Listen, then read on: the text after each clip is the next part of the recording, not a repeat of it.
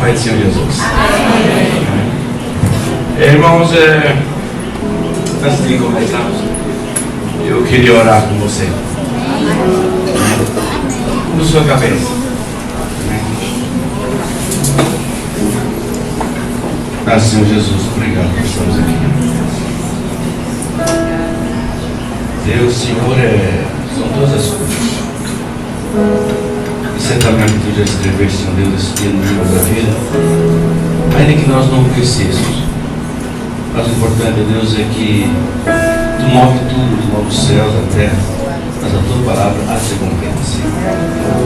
Por isso queremos pedir que teu Espírito Santo direcione, Senhor Deus, a palavra que tu tem para nós, que venha direto aos nossos corações, Senhor. Nos curvamos diante de tua santidade, reconhecendo o teu senhorio, Deus, e que teu Espírito Santo, mais uma vez, ministra-nos, preencha os nossos corações, fala aos corações, Deus. Nós louvamos e agradecidos no nome do Senhor Jesus. Amém, Senhor. Irmãos, sou casado com Elisete, uma japonesa, a flor do Oriente, que ele tem a flor da alfazema, né? O Trejay gosta muito de alfazema, e eu estou com o doutor Raniel, que é um bode, na verdade, isso é muito romântico. Eu fico bebendo da água, tentando aprender com esse romântico. É difícil, ele está muito na frente, a gente vai tentando aprender com ele. Então ele vai nos outros de flor da alfazema. E eu, quando ficar atrás, olhei para mim e falei, é a flor do Oriente, né? Flor de Oriente, então nós estamos assim. Então eu sou pai de duas filhas, Débora e Priscila. Débora casada, está com 29 anos, Priscila solteira, está com 28 anos. Ambas estão em São Paulo. Débora trabalha na igreja japonesa, Priscila também na igreja japonesa, como tradutora também, inglês, japonês e português. E nós continuamos aí pelo mundo, fazendo o que o Papai do Céu tem passando. Amém? Eu tenho a palavra para ministrar com vocês e aprender com vocês. Tá bom? Abra a palavra de Deus, por favor, lá em Gênesis, por gentileza. Em japonês nós falamos Shuseiki, Juyosho. Você está no capítulo 12 lá. Daqui do final do curso vocês vão estar falando japonês comigo, hein? Amados irmãos, vocês estão no livro de Gênesis. Vamos dar uma passeadinha nesse livro de Gênesis e ver que maravilha o Senhor, o Deus, nosso Criador, aquele que um dia resolveu colocar a mão na massa, a mão no barro, e aí saiu você. Não é maravilha? Ele colocou a mão no barro, aí fez uma maravilha, que é a minha irmã e a meu irmão. Amém? Antes de nós irmos para o capítulo 12, vamos retornar para o capítulo 6, para nós entendermos melhor. Bom, no capítulo 6 do livro de Gênesis, tem uma coisa muito importante no livro de Gênesis. Eu amo muito o livro de Gênesis. O Senhor usou 11 capítulos para falar de todo o processo criacionista, todo o processo da criação. Mas exatamente no meio do versículo, no capítulo 6, nós encontramos uma humanidade que ela atingiu o auge da depravação humana. E ali então Deus resolve fazer um negócio, mandar um dilúvio. Então Deus manda um dilúvio, e esse dilúvio tinha um propósito, era de acabar com a iniquidade. E assim diz a palavra de Deus que toda a carne pereceram, com exceção daqueles que estavam na arca, 8 pessoas, Noé, suas esposas, filhos e nós. Então sai esse povo dentro da arca e começa então uma nova geração de pessoas que com mais intimidade com Deus. Mas andando um pouco mais para frente, nós vamos chegar ali no capítulo 12, quando Deus chama alguém, diz: olha, eu tenho uma proposta para você. Essa proposta, porque lá no capítulo 8, versículo 21, depois do dilúvio, Deus olhou assim para o homem e disse: olha, o problema é o seguinte, Formei o coração. Porque o coração do homem, lá no Jardim do Éden, ele foi contaminado. E não tinha mais o que fazer. Porque agora era na intimidade, era na gênese do homem, era no coração do homem, onde ele sabe os pensamentos, os caminhos da vida, e era aí que estava o problema. Então Deus começa um processo. E aí começa então a grande missão. Deus chama um homem. Quem é esse homem?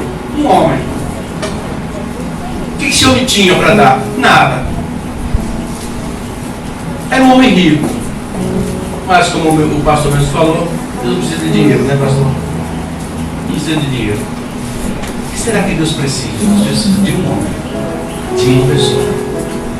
E Deus resolve então chamar uma pessoa que era um idólatra na verdade. Seu pai fazia estatuetas, imagens, escultura. Ele resolve chamar esse homem de nome de Abrão. Chama Abrão, vem cá. Vamos começar?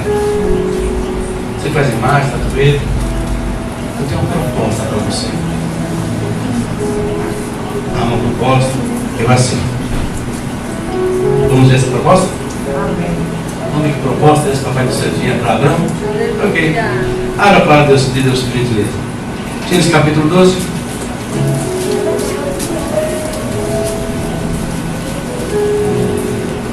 Versículo 1, 2, 3. Ele começa o seguinte: olha, o Senhor Abraão disse: sai da tua terra, do meio da tua parentela e da casa do teu pai, para o terra que te mostrarei. Fartei de ti uma grande nação, te abençoarei, te engrandecerei o teu nome, e tu serás uma bênção. E abençoarei os que te abençoarem, e amaldiçoarei os que te amaldiçoarem, e em ti serão benditas todas as famílias da terra. Eu quero pensar com você nessa proposta de Deus, na envergadura dessa proposta.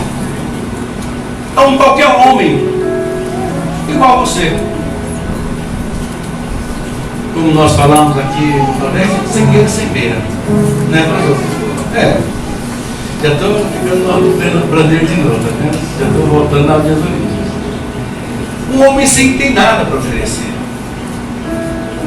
Mas Deus, olhando para este homem, então Deus propõe a ele um grande desafio. Sabe, Abraão, você quer ser alguém? Eu quero. Então, primeira proposta: sai da tua comunidade. As cidades antigamente elas eram cercadas, fechadas, por causa dos inimigos. Abraão, você vai sair do meio da minha gente? Sai. Larga tudo. Tá bom, e eu vou para onde? Para uma terra. Não tinha GPS na época. É direita ou esquerda? Eu vou para frente ou para trás? Uma terra que eu vou te mostrar. Tá, então eu vou deixar todos os meus pais, vou deixar a família, meus amigos, meus negócios, minhas fazendas, e eu vou para um lugar que tu vai me mostrar. Eu vou fazer isso. E qual que é a recompensa que eu vou ter? Eu vou agradecer o teu nome. Eu gostaria que você pensasse agora a proposta que Deus tem para você. Primeiro, Deus nos convida a ter uma experiência de negar a nós mesmos. Abraão tinha que negar tudo que ele tinha, todo o conhecimento, todas as suas parentelas, todos os seus amigos, todo o seu conforto. Ele tinha que abrir mão de tudo isso e para um lugar onde Deus não deu nenhuma dica de onde seria. Só tinha ali a palavra de Deus pegorada, que era um lugar. E ali a proposta é que Abraão tinha o seu nome engrandecido. Mas essa ainda era uma proposta um pouco centrada na pessoa de Abraão. Mas Deus disse mais: Abraão, não é só para você o teu nome ser engrandecido. A minha proposta é para que todo mundo, em todo lugar, em todas as cavernas, em qualquer lugar, Oriente ou Ocidente, todas elas sejam abençoadas. E a proposta da igreja de Cristo é para que toda a população, toda a redondeza, que o mundo seja abençoado. Deus não tem uma outra proposta para o homem, seja ele branco, negro, seja ele alto, baixo, mais fortinho, menos fortinho, não importa, porque o problema está no coração, não está no que ele tem. O problema está no coração. E Deus disse lá no capítulo 8 de Gênesis, o Senhor diz: não vou mais destruir o homem, porque o problema é o coração do homem. E a proposta de Abraão agora é exatamente a atingir o coração do homem, tirando a maldição do pecado e colocando a bênção da comunhão, do conhecer e o reconhecer o Senhorio de Deus sobre a sua vida. Então, o que Deus quer? Deus quer um homem. Tem um homem? Deus quer uma pessoa. Deus só quer um homem que esteja na disposição de falar sim a Ele, de sair da sua zona de conforto, sair do meio da sua parentela, sair do seu bem. Porque morar no Brasil é muito bom, não é verdade? Tem sol, né? No Japão tem neve, muita neve, né? Tem terremoto. Eu estava falando para o presidente do McDonald's hoje, né? Pegando dele. Estava lá no jornal: Caruaru sofre um tremor de terra 2.2 na escala Richter. Eu falei 2.2, né? Isso é toda hora entendendo assim, 2.2 no Japão. É toda hora tem terremoto no Japão. É toda hora, literalmente toda hora tem terremoto. Então a gente nem sempre mais 2.2. É 5, 6, 7. A gente fica meio assim, meio não sabe. Parece que bebemos, que não bebemos, coisa toda. Mas por aí. A verdade é que Deus, então, olhando a necessidade do homem, e que a necessidade está no coração, na gente do homem, Deus chama Abraão e faz uma proposta. É uma proposta missionária. E a proposta missionária de Deus é: sai do meio da sua parentela, largue tudo. E para onde eu vou? Não importa. Sai de Caruaru para Japão, também não tem problema. Sai de Japão para Sertão, também não tem problema. Não, o espaço físico não é problema. O problema é que Deus tem uma mensagem para que o homem seja feliz. Meus irmãos, então, Abraão então pega, se apropria dessa palavra, diz: vou ter o meu nome engrandecido, sim, mas isso não é a melhor parte. A melhor parte é por onde eu passar, seja a bênção de Deus para as pessoas. Começa aqui então a grande obra missionária, na pessoa de Abraão. Mas não vamos nos ater isso, vamos correr um pouquinho mais para frente. Eu queria que você abrisse para Deus lá em Isaías capítulo 6, versículo 8, Isaías, profeta Isaías capítulo 6. Vamos dar uma passadinha por lá.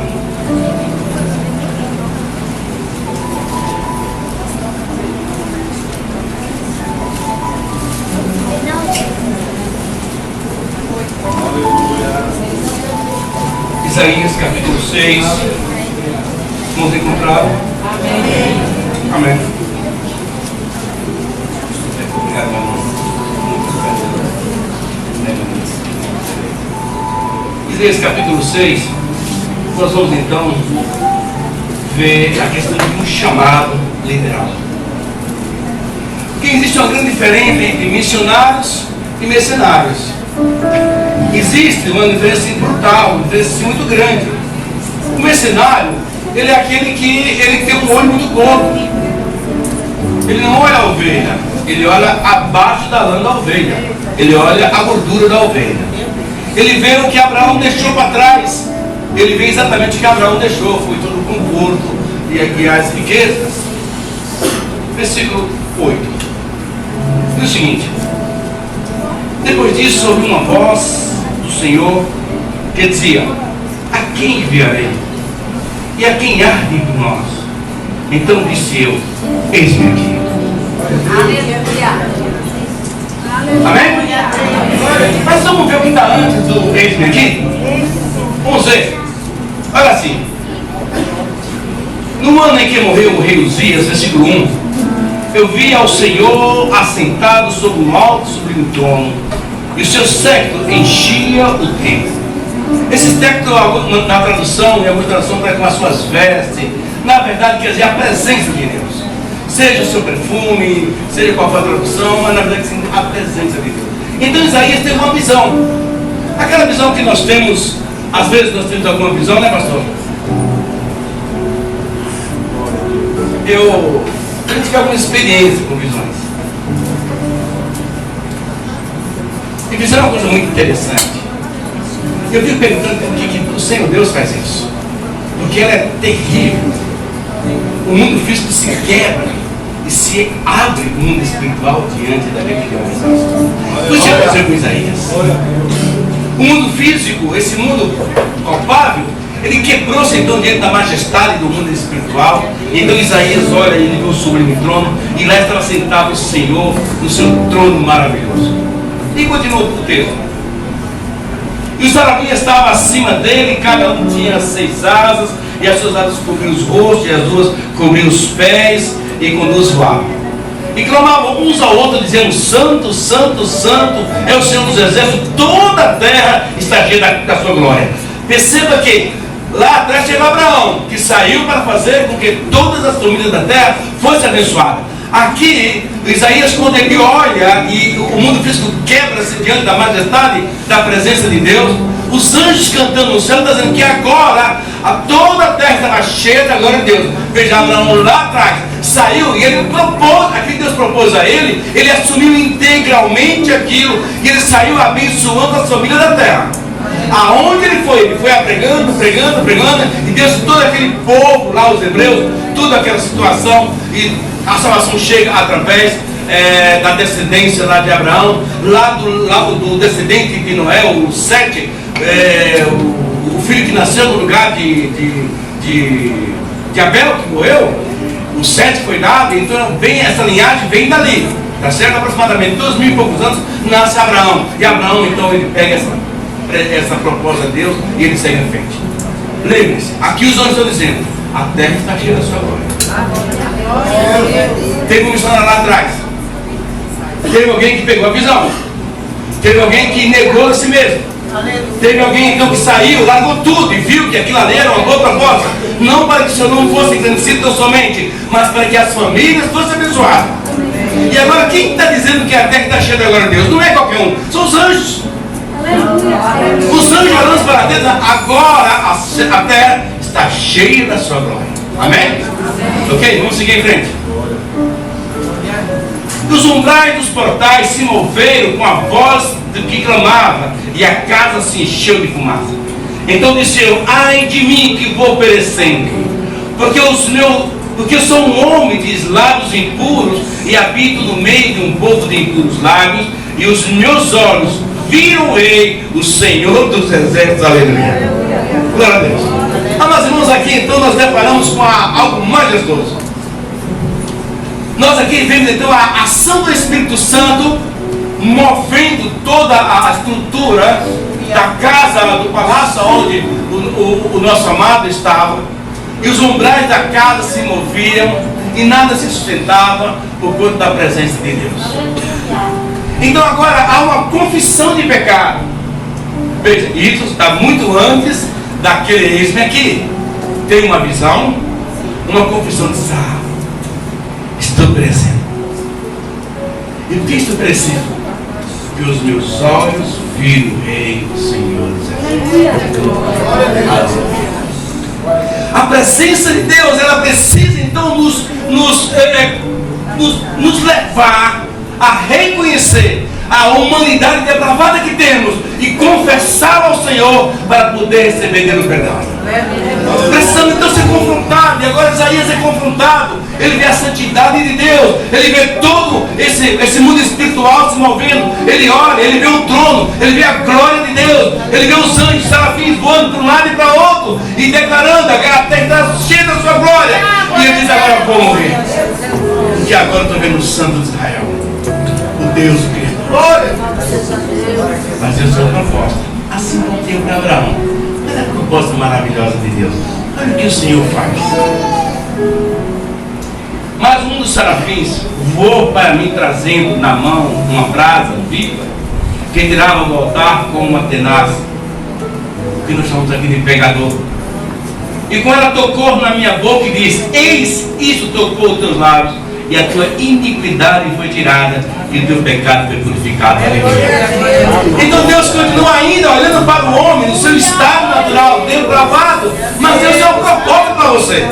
Não há um homem sequer na face da terra que Deus não tem uma proposta para para ele. Ele pode não aceitar, mas Deus tem uma proposta. Deus tem. E qual que é a proposta? De ser abençoado. Qual que é a proposta final de bênção? Você será uma bênção. Um canal, meu irmão, é simples. Um canal é como se fosse um cano colocado em uma extremidade e uma água, uma torneira ligada nele, e ele vai levando a água para levar para ir. Mas se você fechar a torneira, acabou. Mas a fonte, aqui a cacimba, não. Ela jorra. E a proposta de Deus é para que você seja uma fonte. Veja o quanto Deus ele trata um homem pecador, uma mulher pecadora.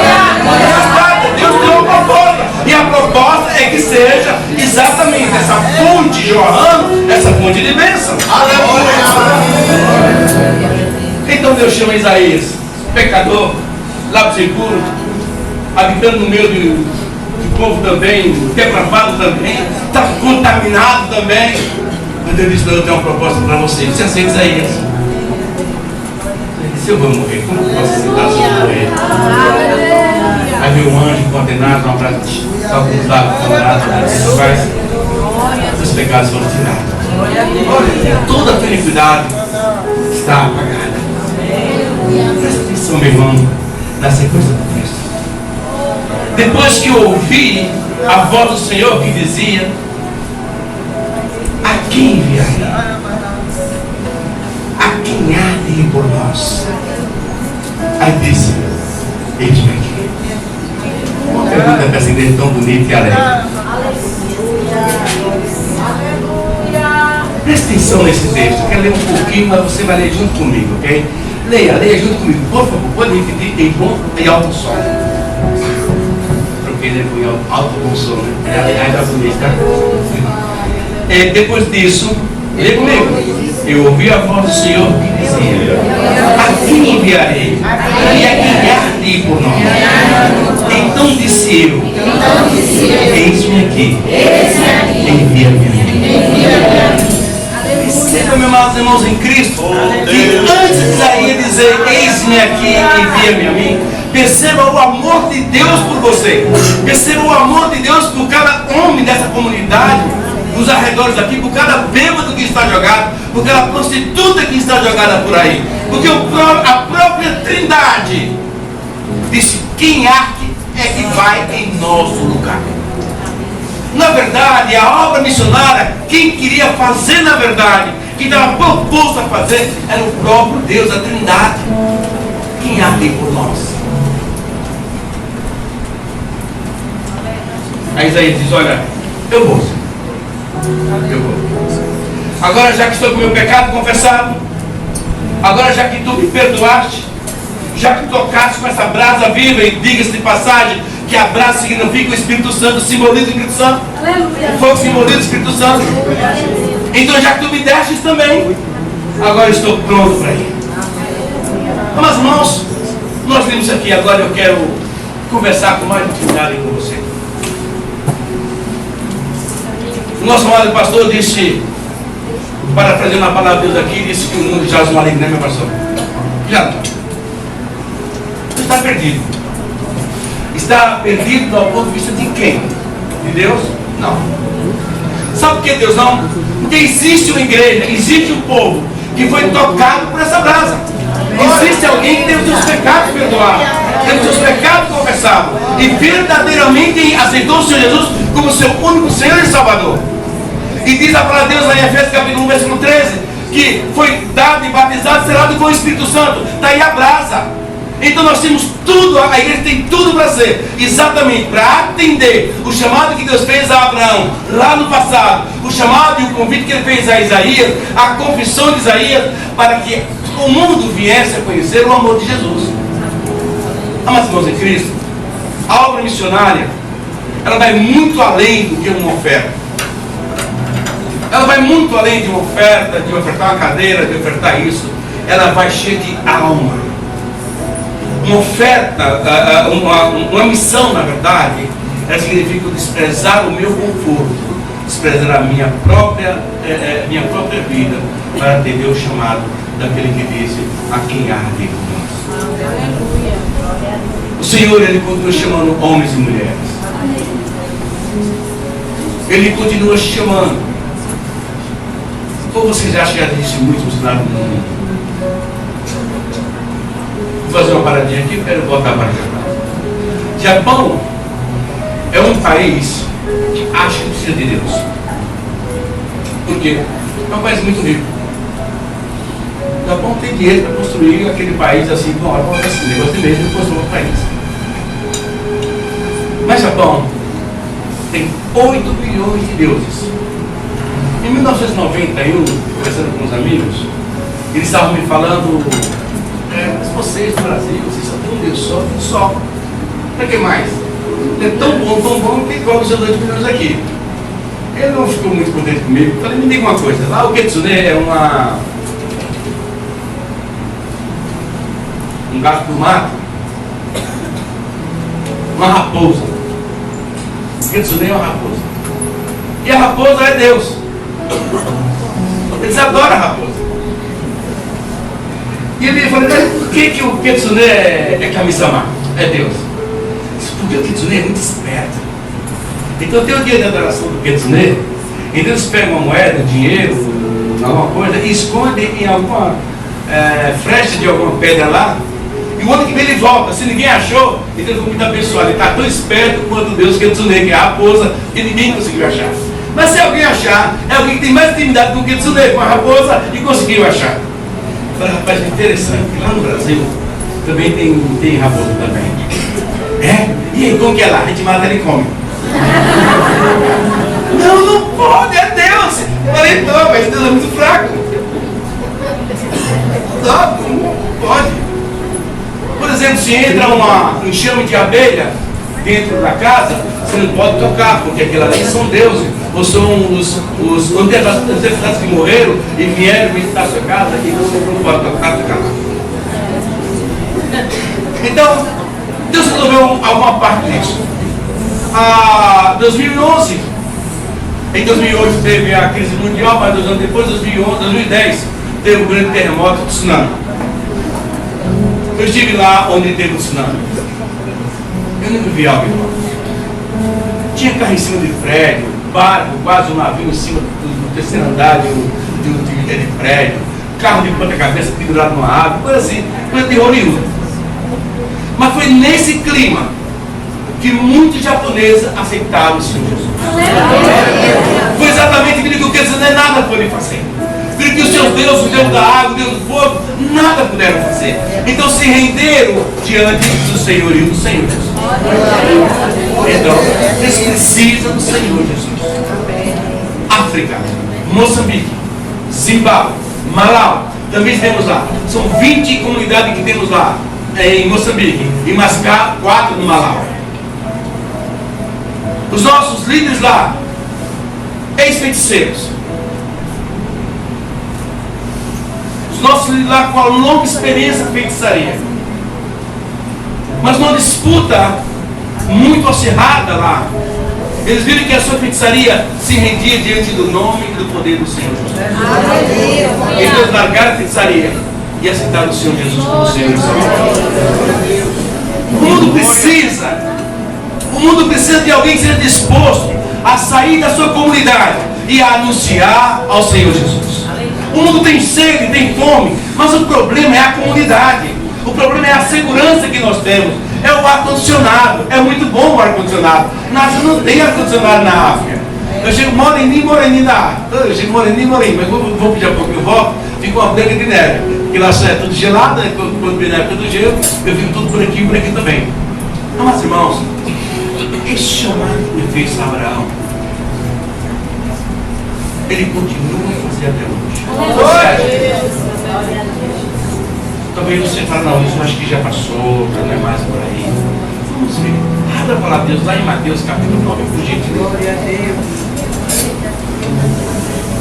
Mateus 9, por favor.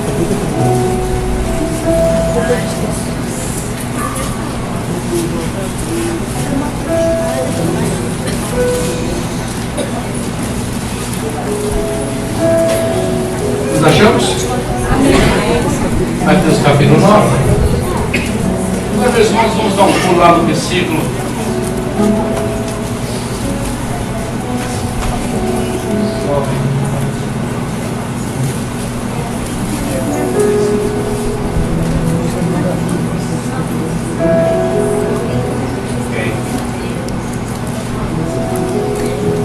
37.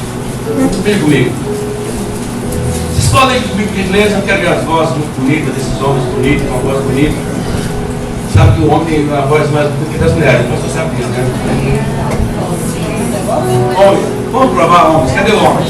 Vamos provar que nós temos melhor do que as mulheres. Amém, presbítero? Vamos lá. Então, leia comigo, por gentileza, só os homens, tá? As mulheres vão ver como os homens leem bonito, tem uma voz bonita. Os homens são uma maravilha. Vamos lá, homens, por favor. Verso 37. Diga comigo. Então disse aos seus discípulos: a seara realmente é grande, mas poucos são os ceifeiros. Amém. Agora, mulher, eu vou dar uma oportunidade para vocês. Eu quero que as mulheres leiam o 37, o 38, por favor. Amém? Eu vou ler, mas eu só vou parar, tá bom? Vou só iniciar. Aí é com vocês, tá bom? Amém. Vamos lá. Rogai, pois.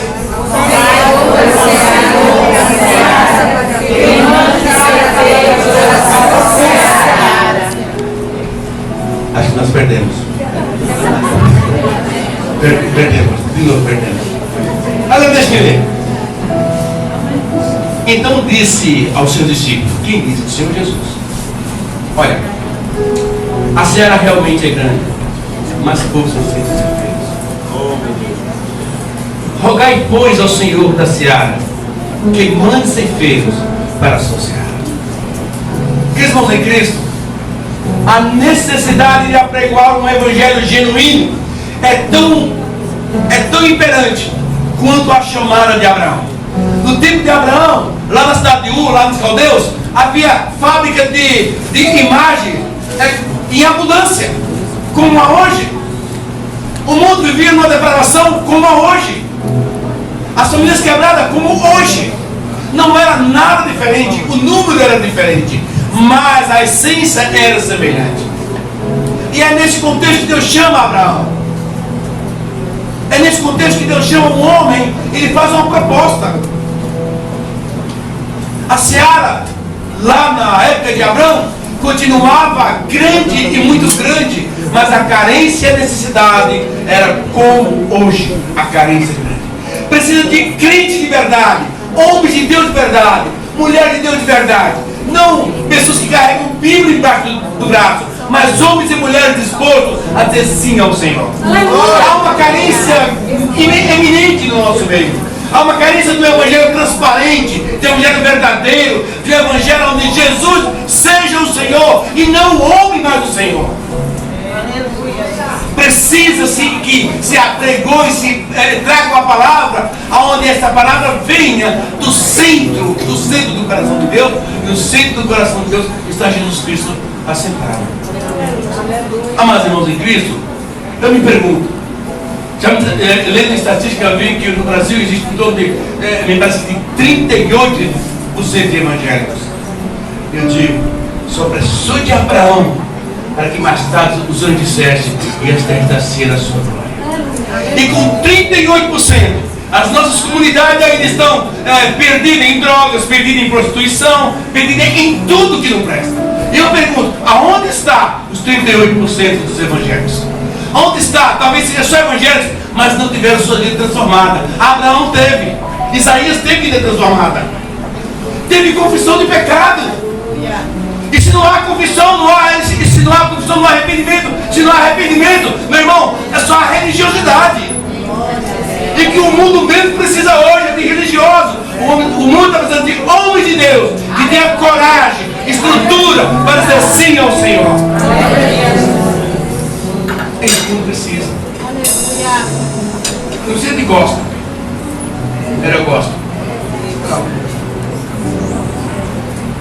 Você tem um Abraão. Tem juventude no Abraão? Você que tem um Abraão? Será que tem um Isaías, um Abraão? Será que tem? Sei lá, você vai parafrasear esse nome? Porque o que o mundo precisa é isso. É isso que o mundo precisa. É que o homem e mulher de Deus que diga assim: é isso que precisa. Fácil? Não é. Necessário? Muito. E se o Senhor Jesus para a seara realmente é grande, mas assim como no tempo de Abraão, no tempo de Isaías, são poucos ceifeiros. Deixa deixar a comunidade, deixar o conforto, dizer sim ao Senhor. Amados irmãos em Cristo, eu não quero sensibilizar vocês com a experiência do campo missionário.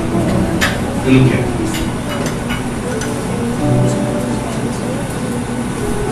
Não quero falar das grandes curas que o Senhor fez.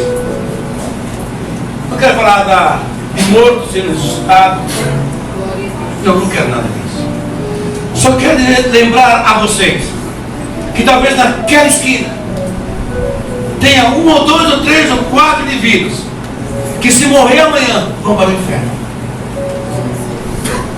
Quero só lembrar a vocês que Deus, quando nos chamou, disse que tinha para nós uma grande obra, não de fazer só o nosso nome célebre, mas fazer com que essas famílias fossem abençoadas. Só lembrar a vocês que é um céu de verdade. Vocês creem nisso? Amém? Aleluia? É verdade, há um céu, há de verdade. Há um céu, mas também há um inferno de verdade também. E dizendo que o inferno não foi preparado para o homem, foi preparado para Satanás, o diabo e seus anjos. Mais uma vez o homem contaminado pela mentira de Satanás, por rejeitar o maravilhoso plano de salvação, o homem diz, João diz que ele já está condenado por rejeitar o amor de Jesus. E aí, igreja? Não se move? Muito bom, vamos para Santa Terezinha, vamos lá, vamos para Santa Terezinha, sertão, a pobreza danada, muito pobre, uma quer dizer de tudo. Há 10 anos quando chegamos lá,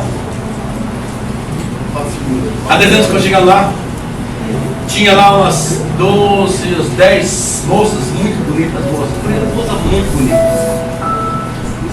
E eram as moças que serviam aos políticos, aos próprios policiais, por R$1.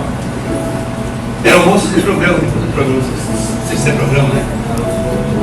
Que programa do cão aí, misericórdia. Eram moças que serviam a eles por R$1.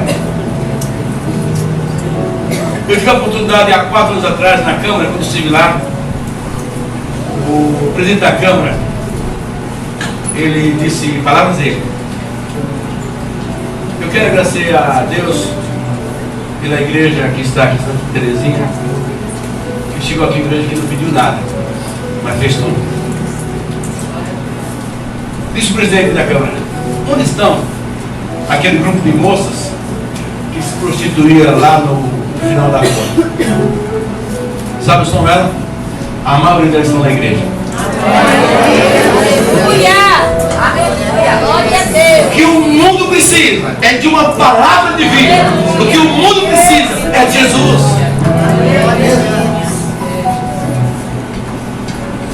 Amados irmãos em Cristo, não quero sensibilizar vocês com experiência do campo missionário, que é a experiência que vão passar, mas quero talvez sensibilizar o seu coração pela uma proposta do futuro. Sai da tua terra, sai do seu mundo de conforto, sai daquilo que te traz tanta segurança, mas ao mesmo tempo uma apatia danada. Sabe por quê? Porque diz a palavra de Deus. Olha que coisa interessante. Fala de escatologia, né? Sinal do tempo. É o seguinte: e naquele dia, diante do tribunal de Cristo, haverá um grupo grande de pessoas que vão receber uma sentença: eu não vos conheço, maldito. Irei para o fogueteiro preparado para tirar os seus anjos. Sangue de Jesus mesmo, fala assim. Isso dói de coração? Não, né? Sabe quem é esses que vão receber essa palavra de ir para o inferno? São os quais eu e você são aqueles que nós não falamos da palavra de salvação. Eles não aceitaram. A última vez que estive lá, um dos líderes lá Pastor, nós não queremos seu dinheiro branco, mas mande para cá um missionário de verdade. Nós não queremos dinheiro branco de vocês. Nós só queremos que nos mande para cá um missionário de verdade. E sabe o que significa um missionário de verdade? Aquele que está disposto a ir e não volta mais. Aquele que está disposto a ir para a África e lá morrer e não volta mais.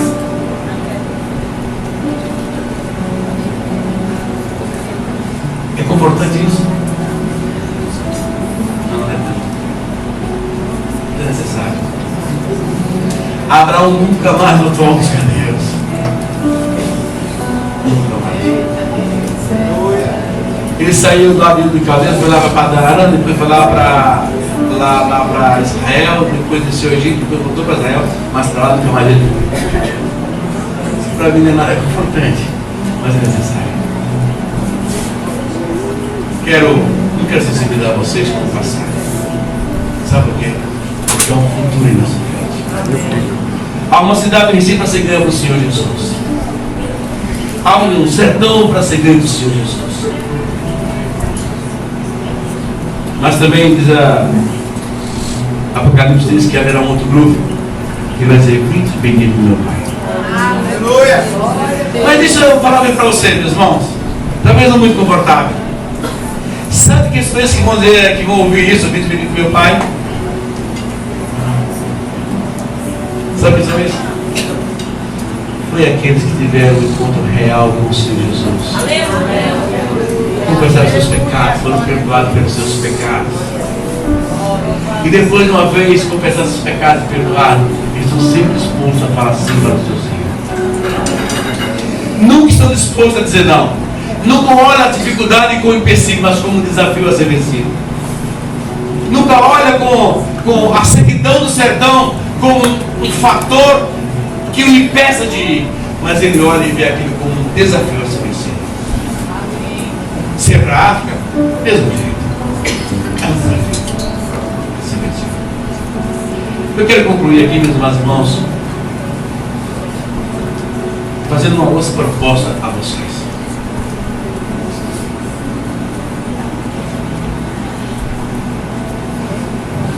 Gênesis. Deus olhou e viu que a maldade do homem já tinha atingido o seu toque, seu ponto máximo. O ano passado, esse ano, antes de ir para o Japão, eu estive na conselho, né? Em nossa casa lá, também puderam dar casa lá e das roupas também, viu? Estava com o Davi no carro, na saúde da igreja, e eu muito inocente de estar no Japão. Mas o carro não fosse, viu um movimento estranho assim, né? O Zé descendo, subindo, tá até aí o Davi. Pastor, olha, assalta, não pode, não assaltando. Falei, tá não, Davizinho. Ah, pastor, vai embora, mas você não também passa, sai daqui. E eu fiquei meio que paralisado. Eu não acreditei na cena.